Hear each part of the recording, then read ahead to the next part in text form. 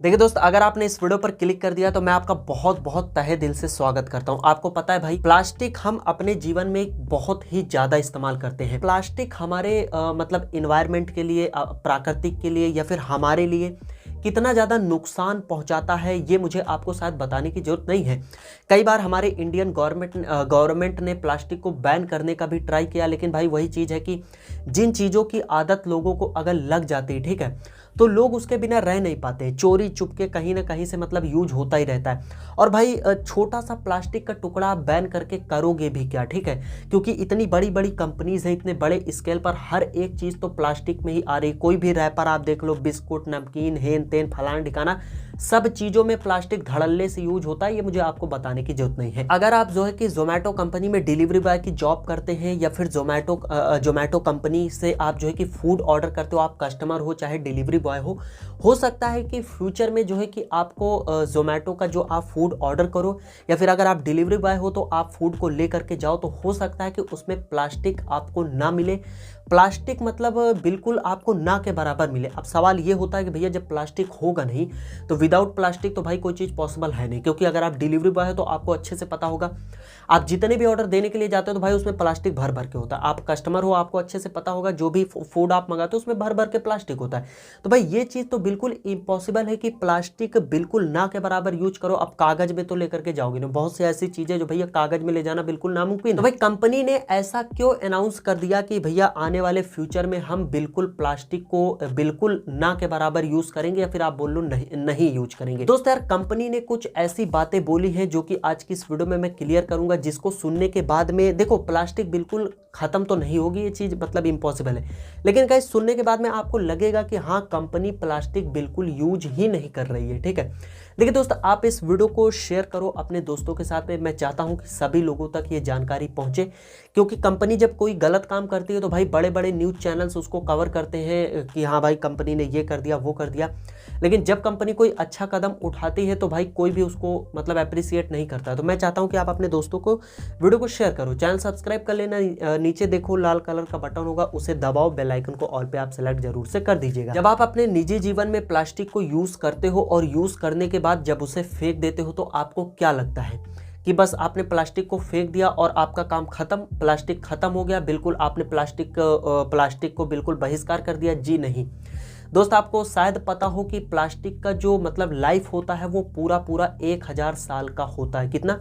1000 साल। जितना कि भूत प्रेत का लाइफ होता है ना, भूतों प्रेतों का लाइफ आपने सुना होगा कि 1000 वर्ष का होता है, उतना ही गाइस एक प्लास्टिक का लाइफ होता है। और दोस्त यार, नेचर के लिए ये बहुत ही गलत बात होती है, क्योंकि दोस्त नेचर का एक बैलेंस होता है सब चीज़ों का। ठीक है, नेचर में ये चीज़ है कि जो चीज़ें आई हैं उनको जाना बिल्कुल ज़रूरी है। जैसे इंसान अगर इस धरती पर आया है तो उसको जो है कि जाना है एक ना एक दिन। ठीक है, कोई भी चीज़ हो नेचर में, अगर वो है तो वो ख़त्म होगी। अगर किसी गड्ढे में पानी भरा हुआ है तो वो भरा नहीं रहेगा, ठीक है, पूरी ज़िंदगी या फिर हज़ारों सालों तक, वो सूखेगा। अगर नदी है तो वो बह रही है, ठीक है, सारी चीज़ें कंटिन्यू है, कोई चीज़ें रुकी नहीं हुई है। लेकिन यहाँ पर जो प्लास्टिक है वो नेचर के बैलेंस को गड़बड़ करता है। प्लास्टिक है तो उसे ख़त्म होना चाहिए, लेकिन उसे ख़त्म होने में पूरा पूरा 1000 साल चला जाता, 1000 वर्ष। इस वजह से आप देखते होंगे कि हमारी जो नदियां हैं, जो भी मतलब प्लास्टिक वगैरह बहुत सारा वेस्टेज जो है कि उसमें पड़ा होता है। अब दोस्त यार, मैंने आपको बहुत सारी बातें बता दी, अब बात करते हैं कि कंपनी इस पर क्या कदम उठा रही है। देखिए दोस्त यार, प्लास्टिक को पूरी तरीके से नेग्लेक्ट करना तो भाई इम्पॉसिबल है, क्योंकि आपको पता है कि प्लास्टिक बिना कोई चीज़ इम्पॉसिबल है नहीं।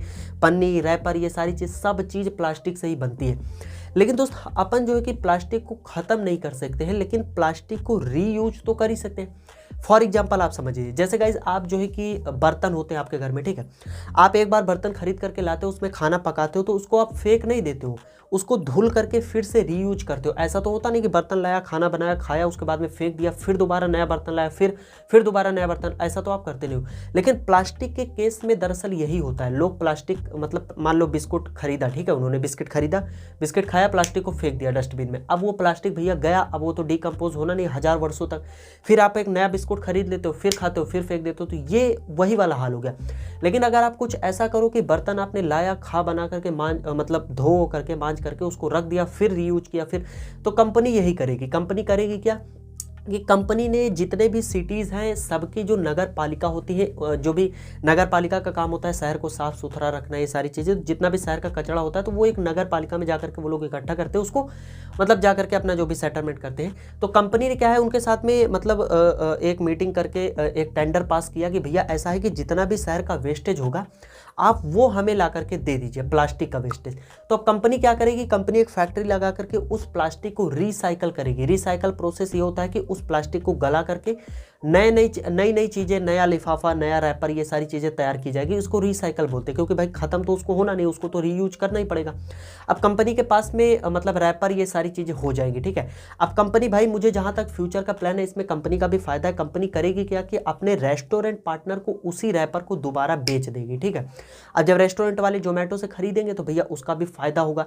ये देखो, अब यार कोई भी कंपनी कोई भी कदम उठाती है तो उसके पीछे कंपनी अपना प्रॉफिट जरूर सोचती है, ठीक है। मतलब देखो सारी चीज़ें देख करके ही चलना पड़ता है। ऐसे तो मतलब अगर लुटाने लगेगी तो कंपनी वैसे भी लुट जाएगी, ठीक है। तो भाई कंपनी क्या है कि रेस्टोरेंट पार्टनर को बेचेगी तो इस तरीके से क्या होगा, प्लास्टिक को रिसाइकल करके वो लोग प्लास्टिक यूज भी करेंगे। और बिल्कुल मतलब अब आप समझ ही गए होंगे कि प्लास्टिक कंपनी यूज करेगी, उसमें दो राय नहीं, बिल्कुल ऐसे कागज़ भी ले जा करके नहीं देगी, लेकिन रिसाइकल करके रेस्टोरेंट पार्टनर को बेचेगी। रेस्टोरेंट पार्टनर यूज करेगा, फिर वो कस्टमर तक जाएगा रैपर, फिर कस्टमर डस्टबिन में डालेगा, डस्टबिन से वो नगर पालिका उठा करके ले जाएगी, फिर जोमेटो को दे देगी, जोमेटो फिर रिसाइकल करेगी, फिर तो ये सर्कल चलता रहेगा। इससे क्या होगा कि ज़्यादा से ज़्यादा प्लास्टिक बनेगा नहीं, मतलब ठीक है, धरती पर क्योंकि ज़्यादा से ज़्यादा प्लास्टिक लोग बनाते रहते हैं तो वो ज़्यादा हो जाता है। अगर रिसाइकल करके कोई चीज़ चलेगी, पर्याप्त मात्रा में रहेगी तो वो नेचर को नुकसान नहीं पहुँचाएगा। तो भाई ये था कंपनी का कदम। नीचे कमेंट करके बताना आपको कैसा लगा, और मुझे लगा कि ये चीज़ आपके साथ में शेयर करनी चाहिए तो मैंने वीडियोज़ के माध्यम से शेयर कर दिया। शेयर कर देना, वीडियो को चैनल सब्सक्राइब कर लेना। हम मिलेंगे अगली किसी वीडियो में, तब तक के लिए जय हिंद, जय भारत, वंदे मातरम।